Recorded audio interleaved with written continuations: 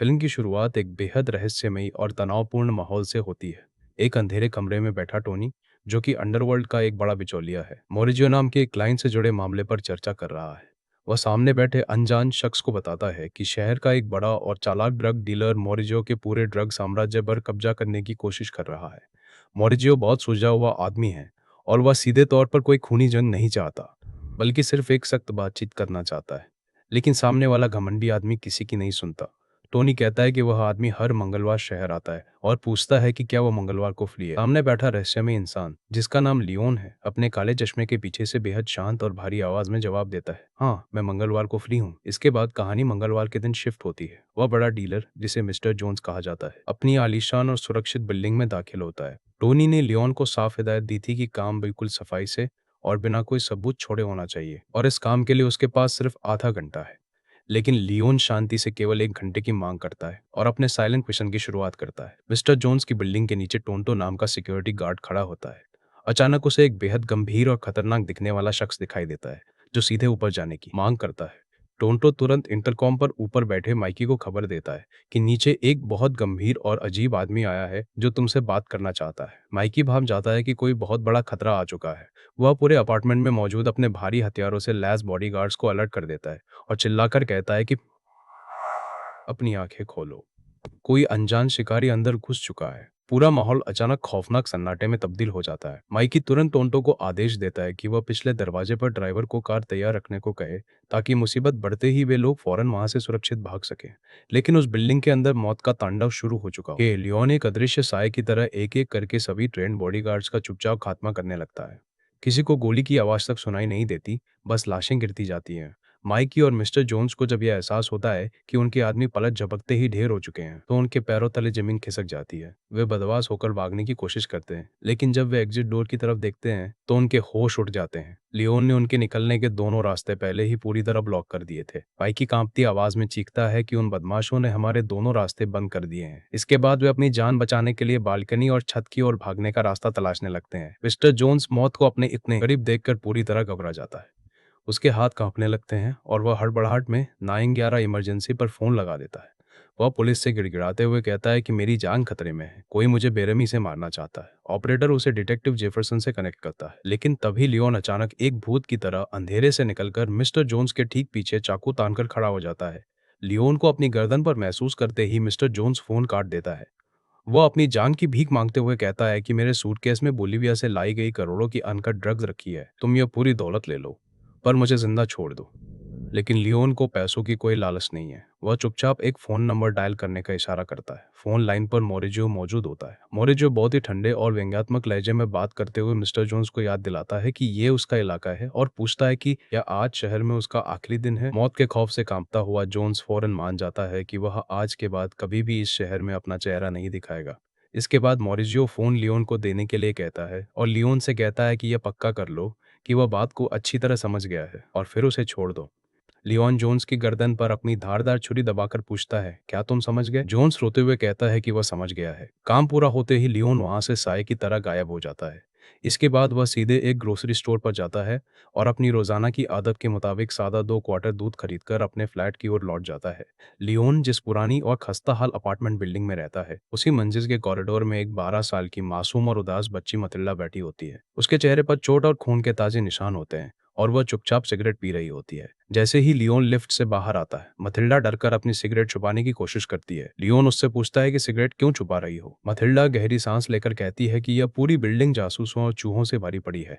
अगर उसके पिता को पता चल गया तो वे उसे बहुत बुरी तरह मारेंगे। जिस पर मथिल्डा दर्द छुपाते हुए झूठ बोलती है कि वह अपनी साइकिल से गिर गई थी।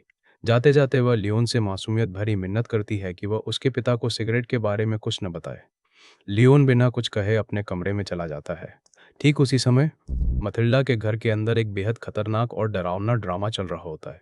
मथिल्डा के पिता माइकल वास्तव में एक भ्रष्ट ड्रग सिंडिकेट के लिए माल छिपा कर रखने वाले सिर्फ एक साधारण होल्डर हैं। वहाँ स्टैनफील्ड नाम के एक बेरहम, पागल और साइकोपैथ डीए ऑफिसर का साथी मैल्की पूछताछ कर रहा होता है। मैल्की गुस्से में बताता है कि पिछले महीने जो माल माइकल को रखने के लिए दिया गया था, वह 100% शुद्ध था, लेकिन अब उसमें से 10% ड्रग्स गायब है और उसमें मिलावट पाई गई है। माइकल अपनी सफाई में हाथ जोड़कर कहता है कि वह सिर्फ एक होल्डर है, वह माल को छूता तक नहीं है और उसे नहीं पता कि ड्रग्स कैसे कम हुई। मैल्की उसे चेतावनी देता है कि अगर उसने सच नहीं उगला तो उसे स्टैनफील्ड को डिस्टर्ब करना पड़ेगा, जो कोने में हेडफोन लगाकर क्लासिकल म्यूजिक सुन रहा है। और स्टैनफील्ड को अपने म्यूजिक के बीच डिस्टर्ब होना बिल्कुल पसंद नहीं है। क्रूर और ड्रग एडिक्ट भ्रष्ट पुलिस ऑफिसर है, माइकल के करीब आता है। वह माइकल की सांसों को सूंघकर कहता है कि उसके पास झूठ पकड़ने की छठी इंद्री है। स्टैनफील्ड बेहद शांत लेकिन खौफनाक आवाज में माइकल को कल दोपहर 12 बजे तक का अल्टीमेटम देता है कि वह पता लगाए कि माल किसने चुराया है, वरना अंजाम बहुत बुरा होगा। उनके जाते ही माइकल का सारा गुस्सा कॉरिडोर में खड़ी मथिल्डा पर फूट पड़ता है। वह मथिल्डा को गालियां बकता है, उसे अंदर जाकर होमवर्क करने और अपनी सौतेली बहन के साथ घर की सफाई करने का हुक्म देता है और सिगरेट पीने पर फिर से पीटने की धमकी देता है। अगली सुबह मथिल्डा के घर का माहौल हमेशा की तरह बेहद जहरीला और तनाव से भरा होता है।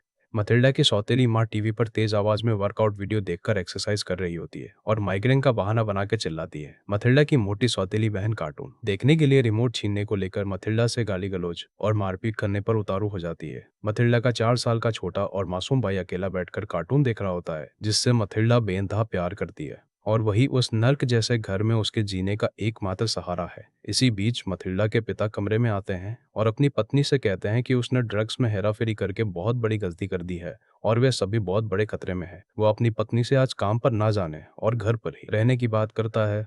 घर के इस कला और चीख पुकार के बीच अचानक लैंडलाइन फोन बज उठता है। मथिल्डा की सौतेली बहन फोन उठाती है। फोन पर मथिल्डा के बोर्डिंग स्कूल की हेडमिस्ट्रेस मार्गरेट मैकिलिस्टर होती है। वह शिकायत करती हैं कि मथिल्डा पिछले 2 हफ्तों से बिना बताए स्कूल से गायब है। हेडमिस्ट्रेस चेतावनी देती हैं कि अगर मथिल्डा तुरंत स्कूल नहीं लौटी तो उसके पिता द्वारा 1 साल के लिए भरी गई पूरी एडवांस फीस जब्त कर ली जाएगी। इस पर मथिल्डा की सौतेली बहन बेहद ठंडे और नफरत भरे अंदाज में झूठ बोल देती है कि मथिल्डा मर चुकी है और गुस्से में फोन पटक देती है। पूरे परिवार में मथिल्डा के लिए रत्ती भर भी प्यार या परवाह नहीं होती। पिता पूरे घर में फैले कचरे और गंदगी को देखकर अपनी बेटियों पर गालियों की बौछार कर देते हैं और चीखते हैं कि तुरंत घर को साफ करो। मथिल्डा अपने बिखरे हुए परिवार और रोज रोज की इस घुटन से बेहद तंग आ चुकी होती है। वह अपने आंसुओं को दबाते हुए सीढ़ियों पर आकर बैठ जाती है। तभी नीचे से लियोन किराने का सामान लेकर ऊपर आता है। मथिल्डा उसे देखकर एक बेहद गहरा और दर्दनाक सवाल पूछती है, क्या जिंदगी हमेशा इतनी ही दर्दनाक और मुश्किल होती है या सिर्फ बचपन में ऐसा होता है? लियोन उसकी मासूम आंखों में देखता है और अपनी जिंदगी की कड़वी सच्चाई बयां करते हुए कहता है, जिंदगी हमेशा ही ऐसी होती है। लियोन से कहती है कि वह ग्रोसरी स्टोर से कुछ सामान लेने नीचे जा रही है, क्या वह उसके लिए भी दूध लेकर आए? वो पूछती है कि हमेशा की तरह 2 क्वार्टर दूध चाहिए ना? लियोन हामी भरता है और उसे पैसे दे देता है। मथिल्डा दूध लेने के लिए बिल्डिंग से बाहर निकल जाती है, इस बात से पूरी तरह अनजान की मौत उसके घर के दरवाजे पर दस्तक दे चुकी है। मथिल्डा के जाते ही बिल्डिंग की सीढ़ियों पर स्टैनफील्ड अपने हथियारबंद भ्रष्ट डीए गुर्गों के साथ आ धमकता है। स्टैनफील्ड एक ड्रग कैप्सूल तोड़कर अपने मुंह में डालता है और उसकी नसें तन जाती है। वह पागलपन की अवस्था में अपने साथी बेनी से कहता है कि उसे तूफान से पहले का यह शांत सन्नाटा बेहद पसंद है। यह उसे बीथोवेन के संगीत की याद दिलाता है। वह कहता है कि जब आप घास पर कान लगाते हैं तो आपको कीड़ों की रेंगने की आवाज तक सुनाई देती है।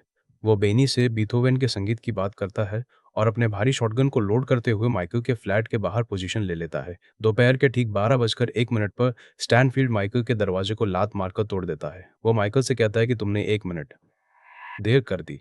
स्टैनफील्ड शास्त्रीय संगीत के सुरों की तुलना अपनी गोलियों की गूंज से करने लगता है।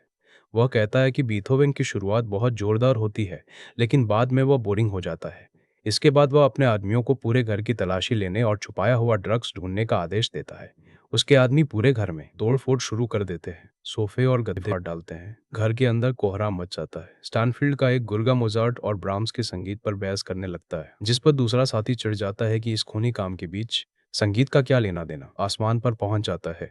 वह अपनी शॉटगन से माइकल पर एक के बाद एक कई गोलियां दाग देता है। माइकल का खून स्टैनफील्ड के नए सूट पर गिर जाता है। स्टैनफील्ड गुस्से में पागल होकर माइकल की बेजान लाश पर भी गोलियां बरसाता रहता है और चिल्लाता है कि इस कमीने ने मेरा महंगा सूट खराब कर दिया। उसका साथी मैल्की उसे पकड़कर शांत कराने की कोशिश करता है और कहता है कि वह मर चुका है, अब शांत हो जाओ। घर के अंदर अंधाधुंध कत्लेआम शुरू हो जाता है। स्टैनफील्ड के गुर्गे मथिल्डा की सौतेली माँ और उसकी बहन को गोलियों से भून डालते हैं। बाहर कॉरिडोर में एक पड़ोसी महिला गोलियों की आवाज सुनकर बाहर निकलती है, लेकिन मैल्की उसे अपनी डीए बैज दिखाकर बंदूक की नोक पर अंदर जाने की धमकी देता है।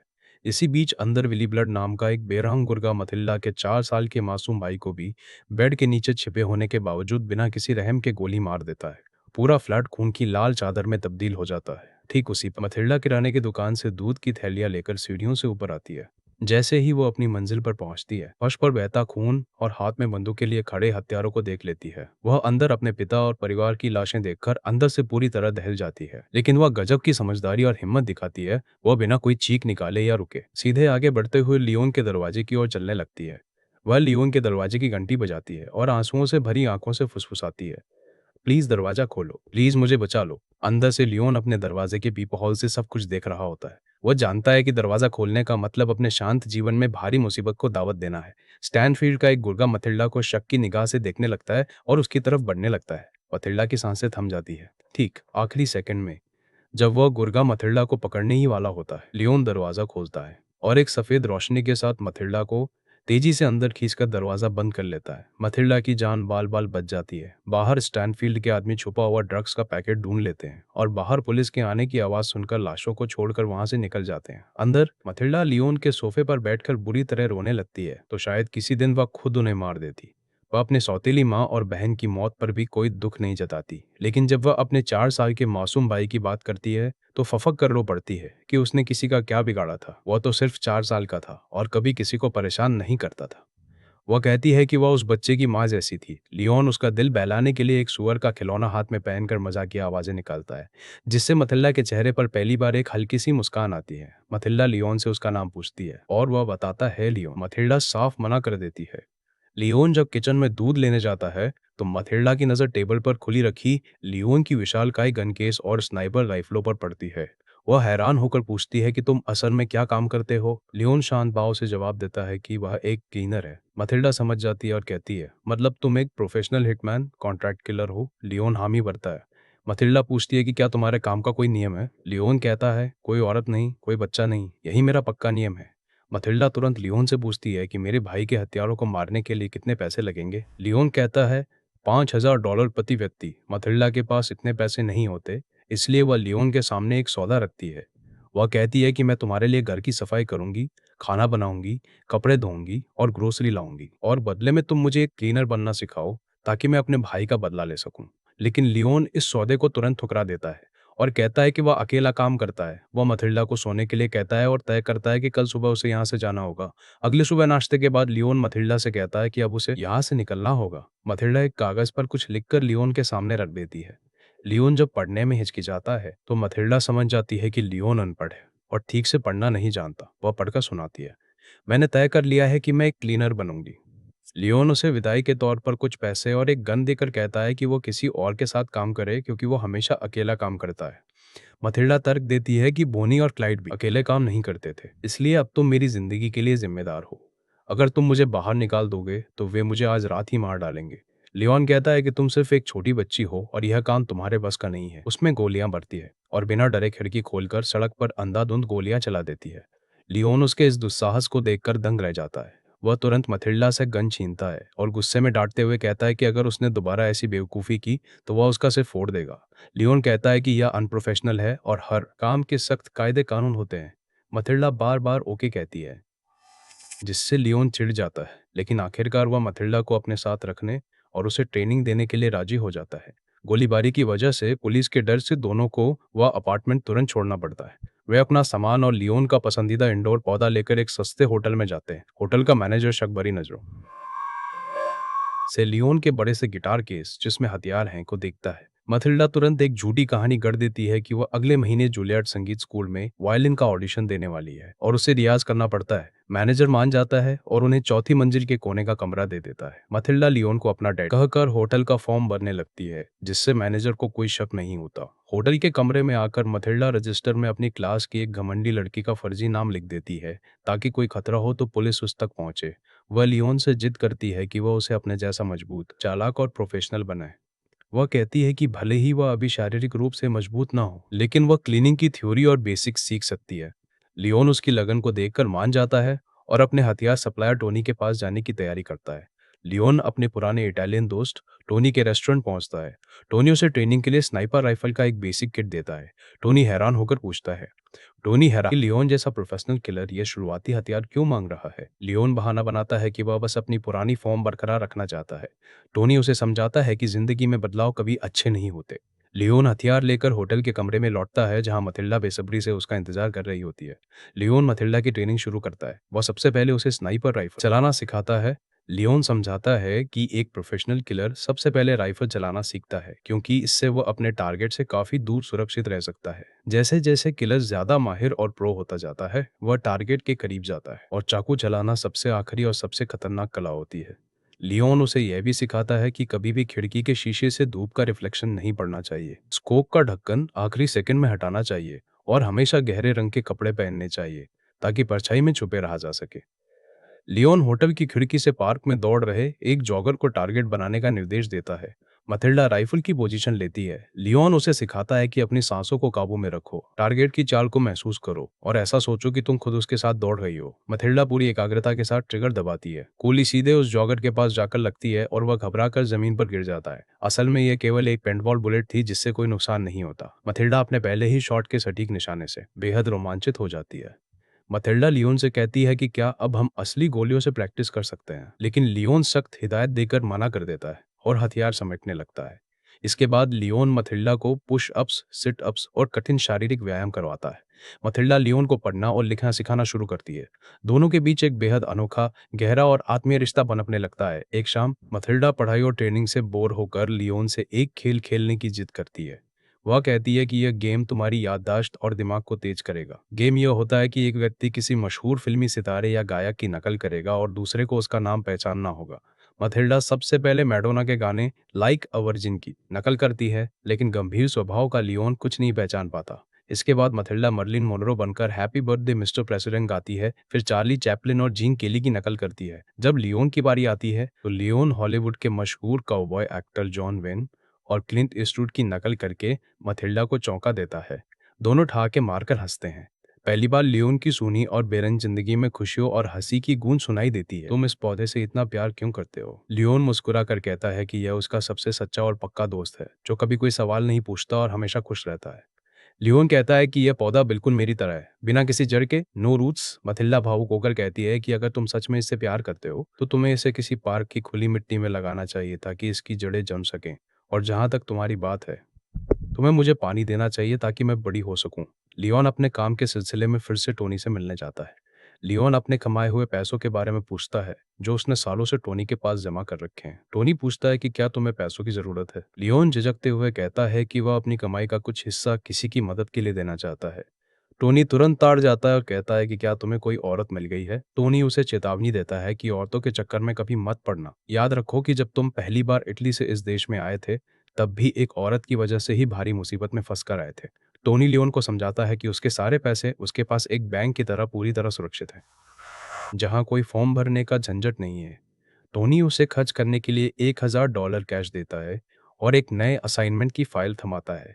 जब लियोन बाहर निकलता है तो वह मथिल्डा को एक अजनबी लड़के के साथ सिगरेट पीते हुए देखता है। लियोन मथिल्डा को डांटता है कि अजनबियों से बात मत किया करो, गालियां बकना बंद करो और सिगरेट पीना छोड़ दो क्योंकि यह जानलेवा है।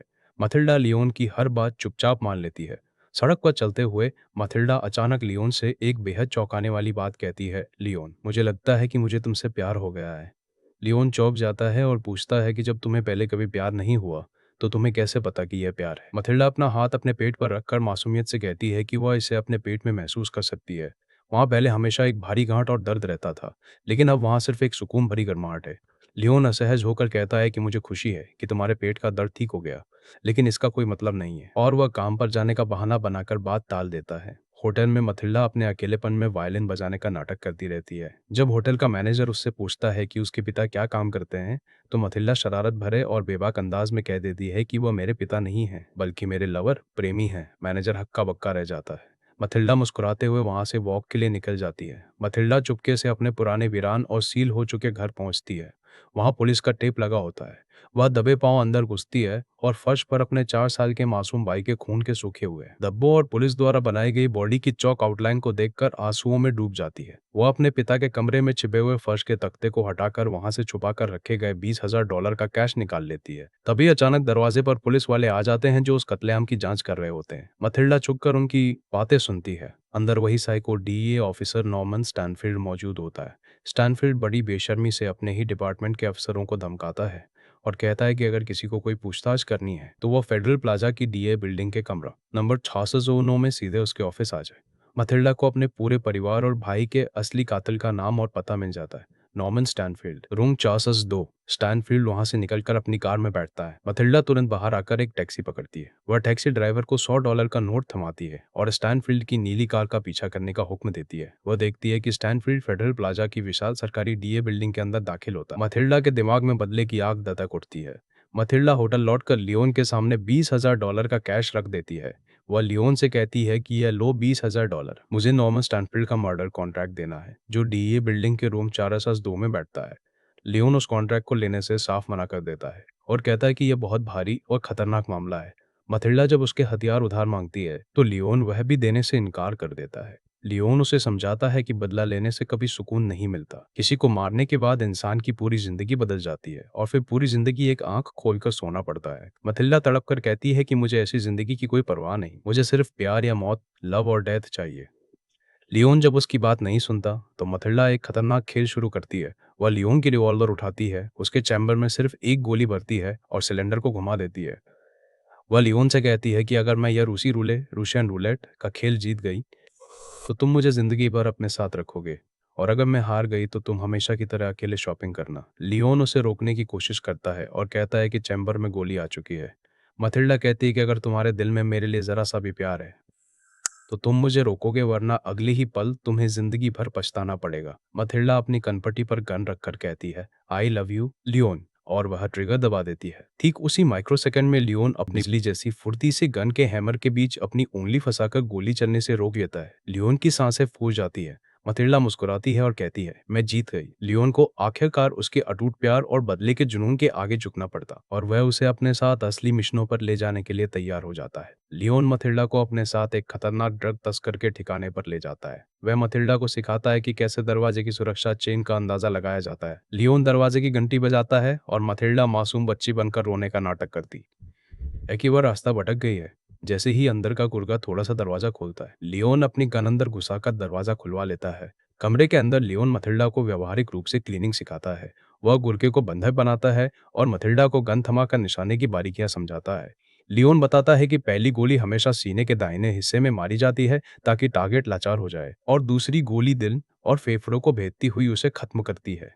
वह सख्त नियम सिखाता है कि कभी भी चेहरे पर गोली नहीं मारनी चाहिए, क्योंकि अगर क्लाइंट का चेहरा पहचानने लायक नहीं रहा तो काम के पैसे नहीं मिलते। काम खत्म करने के बाद मथिल्डा टेबल पर रखे भारी मात्रा में ड्रग्स को जलाकर खाक कर देती है ताकि कोई दूसरा बच्चा या इंसान इसका शिकार ना बने। वे दोनों सुरक्षित बाहर निकल आते हैं। मथिल्डा के इस पहले सफल मिशन की खुशी में लियोन एक रेस्टोरेंट में उसे शैंपेन की दावत देता है। मथिल्डा खुशी में लियोन को फिल्मों की तरह किस करने की कोशिश करती है, लेकिन लियोन घबराकर उसे रोक देता है और अपनी सीट पर बैठने को कहता है। रेस्टोरेंट में मथिल्डा लियोन से पूछती है कि उसने अपना पहला कत्ल किस उम्र में किया था। लियोन बताता है कि उसने 19 साल की उम्र में पहली बार गोली चलाई थी। मथिल्डा गर्व से हंसती है और कहती है कि मैंने तुम्हें हरा दिया क्योंकि मैंने 12 साल की उम्र में ही शुरुआत कर दी। लियोन उसकी इस मासूम लेकिन खतरनाक मानसिकता को देखकर खामोश रह जाता है। इसके बाद वे दोनों मिलकर कई खतरनाक अपराधियों और ड्रग माफियाओं का सफाया करते हैं। लियोन और मथिल्डा की जोड़ी अंडरवर्ल्ड में खौफ का दूसरा नाम बन जाती है।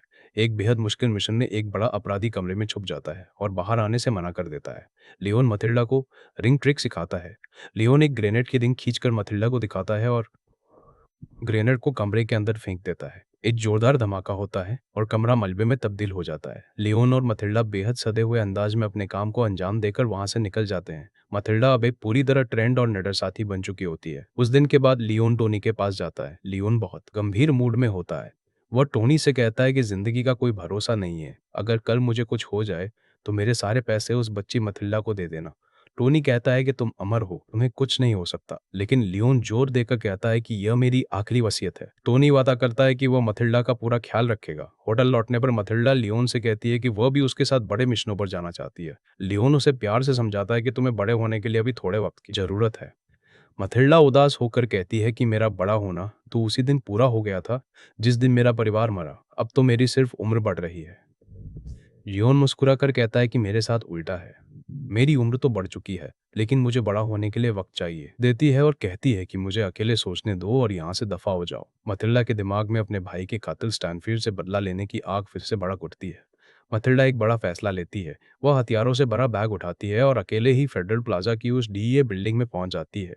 वह एक डिलीवरी बॉय बनकर खाने का पैकेट लेकर सीधे कमरा नंबर शॉ चौजर डू की ओर बढ़ती है। सुरक्षा गार्ड्स को चकमा देकर वह बाथरूम में घुस जाती है और वहां अपनी गन लोड करने लगती है। लेकिन बदकिस्मती से जैसे ही मथिल्डा बाथरूम से बाहर निकलती है, वह सीधे स्टैनफील्ड के सामने आ जाती है। स्टैनफील्ड तुरंत समझ जाता है कि डिलीवरी के बहाने कोई शिकारी अंदर आया है।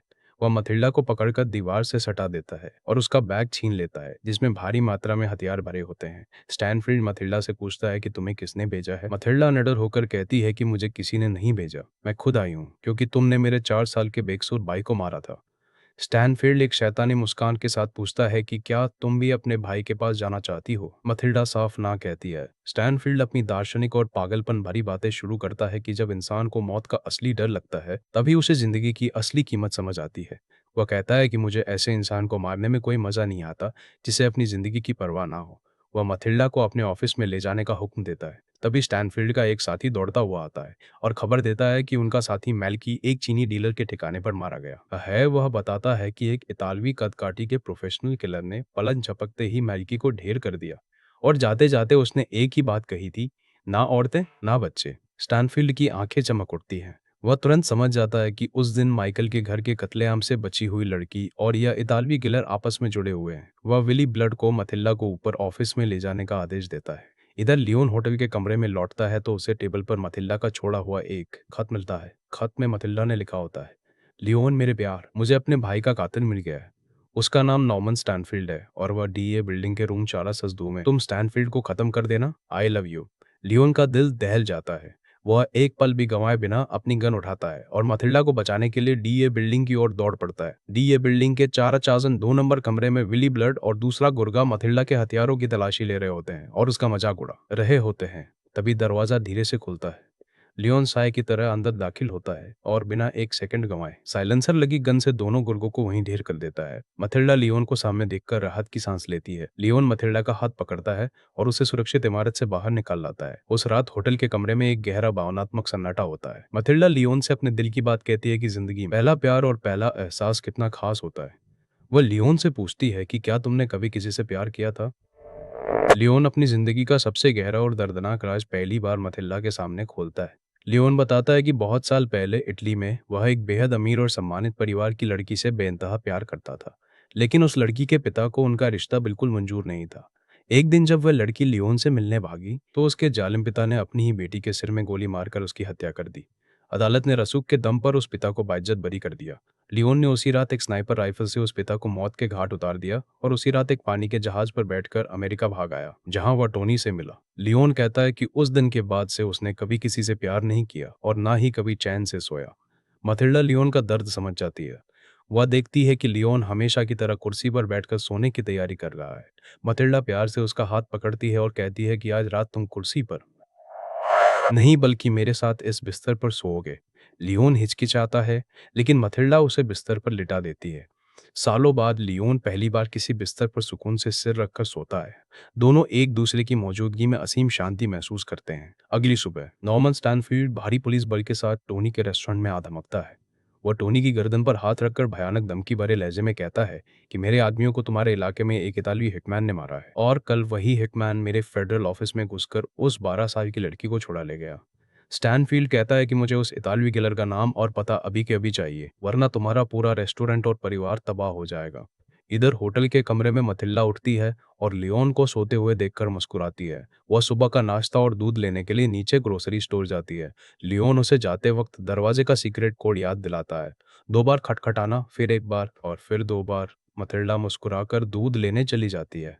लेकिन जैसे ही मथिल्डा दूध लेकर होटल की लॉबी में लौटती है, वहां स्टैनफील्ड और उसकी भारी भरकम स्वाट टीम पहले से घात लगाकर बैठी होती है। वे मथिल्डा को दबोच लेते हैं। स्टैनफील्ड मथिल्डा की गर्दन पर गन रखकर फुसफुसाता है कि अगर एक भी आवाज निकाली तो यही मार दूंगा। वह मथिल्डा से पूछता है कि क्या लियोन अकेला है या उसके पास अपार्टमेंट का कोई सीक्रेट कोड है। मथिल्डा खौफ के साये में सिर्फ सिर हिलाने पर मजबूर हो जाती है। स्टैनफील्ड की अल्फा टीम पूरी तैयारी के साथ लियोन के फ्लैट के बाहर पोजीशन ले लेती है। वे मथिल्डा से सीक्रेट कोड के मुताबिक दरवाजा खटखटवाते हैं, लेकिन लियोन अंदर से खतरे की आहट को तुरंत भांप लेता है। जैसे ही स्वाट टीम का पहला कमांडो अंदर घुसने की कोशिश करता है, लियोन बिजली की रफ्तार से हमला करता है। वह एक कमांडो को गोली मारता मारता है और दूसरे को खींचकर बंधक बना लेता है। स्वॉट टीम का रेडियो गूंज उठता है, man down, man down. Stanfield नीचे खड़ा होकर गुस्से में पागल हो जाता है और चिल्लाता है, ब्रिंग मी एवरीवन, पूरे शहर की फोर्स बुला लो। पूरी बिल्डिंग को सैकड़ों पुलिस वालों और स्वॉट कमांडो ने चारों तरफ से घेर लिया होता है। लियोन बंधक बनाए गए कमांडो को ढाल बनाकर मथिल्डा को अपने पास खींचता है और उसे सुरक्षित कमरे के अंदर ले लेता है। पुलिस चारों तरफ से अंधाधुंध फायरिंग शुरू कर देती है। लियोन दीवार पर लगी फायर कुल्हाड़ी निकालता है और पुलिस पर जवाबी हमला करता है। वह अपनी असाधारण फुर्ती और सटीक निशानेबाजी से दर्जनों ट्रेंड कमांडो को एक एक करके ढेर कर देता है। बाहर से पुलिस वाले पानी की मुख्य पाइपलाइन और दीवारों को रॉकेट लॉन्चर से उड़ाने की तैयारी करते हैं। कमरा मलबे और धुएं के गुबार से भर जाता है। खिड़कियों से स्नाइपर्स की गोलियां बरस रही होती है। लियोन मथिल्डा को एक सुरक्षित कोने में छुपाता है और लगातार गोलियां बरसाते हुए पूरे स्वाट स्क्वाड को पीछे हटने पर मजबूर कर देता है। लियोन समझ जाता है कि पूरी पुलिस फोर्स आ चुकी है और यहाँ से दोनों का एक साथ जिंदा निकलना नामुमकिन है। वह दीवार में बने एक संकरे एयर शाफ्ट वेंटिलेशन डक्ट को कुल्हाड़ी से तोड़कर खोलता है। वो मथिल्डा से कहता है कि तुम इसके जरिए नीचे बेसमेंट में उतरो और वहां से टोनी के पास भाग जाओ। मथिल्डा रोने लगती है और कहती है कि यह सुराग बहुत छोटा है, तुम इसमें से नहीं निकल पाओगे, मैं तुम्हें छोड़कर कहीं नहीं जाऊंगी। लियोन मथिल्डा की आंखों में देखता है और अपनी जिंदगी के सबसे भावुक शब्द कहता है, मथिल्डा सुनो, तुमने मुझे जीने का असली स्वाद चखाया है। अब मैं भी खुश रहना चाहता हूँ, एक बिस्तर पर सोना चाहता हूँ और अपनी जड़ें जमाना चाहता हूँ। तुम अब कभी अकेली नहीं रहोगी। टोनी के पास हमारा बहुत सारा पैसा है, तुम जाओ, मैं इन सबको खत्म करके ठीक 1 घंटे बाद टोनी के पास तुमसे मिलूंगा। मथिल्डा रोते हुए कहती है, I love you Leon. Leon जवाब देता है, I love you too Mathilda, और वह मथिल्डा को उस शाफ्ट से नीचे सुरक्षित उतार देता है। मथिल्डा के सुरक्षित निकलते ही लियोन पर पुलिस एक बड़ा आरपीजी रॉकेट दाग देती है। पूरा फ्लैट एक भयानक धमाके के साथ उड़ जाता है। चारों तरफ आग और धुआं फैल जाता है। पुलिस समझती है कि अंदर सब मर चुके हैं। तभी मलबे के बीच से एक घायल स्वाट कमांडो खांसता हुआ बाहर निकलता है। उसका चेहरा खून और कालिख से सना होता है और उसने ऑक्सीजन मास्क पहना होता है। अन्य पुलिस वाले उसे अपना साथी समझकर सहारा देते हैं और नीचे एम्बुलेंस की तरफ ले जाने लगते हैं। असल में वो कोई और नहीं बल्कि स्वाट की वर्दी पहने खुद लियोन होता है। लियोन अपनी गजब की चालाकी से पुलिस के घेरे के बीच से धीरे धीरे सीढ़ियां उतरने लगता है। मेडिकल टीम उसे स्ट्रेचर पर ले जाने की कोशिश करती है, लेकिन लियोन मास्क लगाए हुए धीरे धीरे मुख्य दरवाजे की तरफ कदम बढ़ाता है। आज़ादी और एक नई जिंदगी की रोशनी बस चंद कदमों की दूरी पर होती है। बिल्डिंग का एग्जिट गेट बिल्कुल सामने दिखाई दे रहा होता है, लेकिन तभी किस्मत एक खूनी मोड़ लेती है। पीछे खड़ा नॉर्मन स्टैनफील्ड उस लंगड़ाते हुए कमांडो को ध्यान से देखता है और उसकी चाल पहचान लेता है। स्टैनफील्ड चुपचाप अपनी गन निकालता है और दबे पांव लियोन के पीछे चलने लगता है। जैसे ही लियोन एग्जिट दरवाजे की चौखट पर पैर रखता है, स्टैनफील्ड पीछे से आकर उसकी पीठ में गोली मार देता है। लियोन फर्श पर गिर पड़ता है, उसका शरीर खून से लथपथ हो जाता है। स्टैनफील्ड एक शैतानी मुस्कान के साथ लियोन के ऊपर झुकता है और अपना नाम लेता है, स्टैनफील्ड। लियोन अपनी अंतिम सांसें गिनते हुए अपनी मुट्ठी खोलता है और स्टैनफील्ड के हाथ में एक छोटी सी लोहे की पिन थमा देता है। लियोन धीमी, लड़खड़ाती लेकिन विजयी आवाज में कहता है, यह मथिल्डा की तरफ से है। स्टैनफील्ड हैरान होकर देखता है कि वह एक ग्रेनेड की पिन है। जैसे ही वह लियोन का कोट खोलता है, लियोन की पूरी छाती पर बंधे दर्जनों एक्टिव ग्रेनेड्स दिखाई देते हैं। स्टैनफील्ड के मुंह से सिर्फ एक खौफनाक चीख निकलती है और एक जोरदार महाविस्फोट के साथ पूरी लॉबी उड़ जाती है। लियोन अपने साथ उस दरिंदे स्टैनफील्ड को भी हमेशा के लिए खाक में मिला देता है। इसके बाद कहानी टोनी के रेस्टोरेंट में शिफ्ट होती है। मथिल्डा रोती हुई टोनी के सामने बैठी होती है। टोनी उसे लियोन की मौत की पुष्टि करता है। मथिल्डा कहती है कि वह लियोन की जगह क्लीनर का काम करना चाहती है, लेकिन टोनी गुस्से में मेज पर हाथ पटक कर कहता है कि यह कोई खेल नहीं है। लियोन मर चुका है और मैं एक 12 साल की बच्ची को यह खूनी काम कभी नहीं करने दूंगा।